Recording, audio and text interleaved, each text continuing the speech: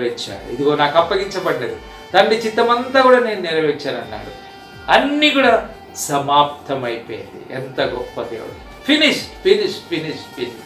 ఈరోజు చాలామంది ప్రారంభిస్తున్నారు కానీ ముగించలేకపోతున్నారు. కారణం ఏంటంటే దేవుని చిత్తాన్ని నెరవేర్చడం లేదు, దేవునికి లోబడడం లేదు, దేవుని ఇష్టాన్ని నెరవేర్చడం లేదు. మన సొంత తలంపులు, మన సొంత ఆలోచనలు చేస్తున్నాం. ఈరోజు నీ పని కంప్లీట్ కాలేదా, ఒకవేళ నిర్లక్ష్యంగా ఉందా, లేకపోతే అన్కంప్లీట్గా ఉందా, ముగింపు లేకుండా ఉందా, ఇదిగో యేసయ్య దగ్గర సిలువ దగ్గర సమాప్తం. It is finished.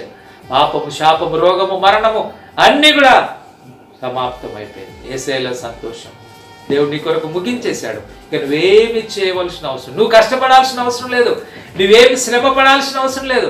ఆ సిలువలో ఆ సమాప్తమైన దాన్ని నువ్వు అంగీకరిస్తే నీ జీవితం అంతా కూడా సంతోషం, సమాధానం. అందుకే ప్రభు సమాప్తం, సిలువ యాగం, సిలువ మరణం, దేవుని యొక్క ఆ ప్రణాళిక ఈ భూలోకానికి వచ్చేసి ప్రభు కంప్లీట్ చేశారు. ఇంక అయిపోయింది.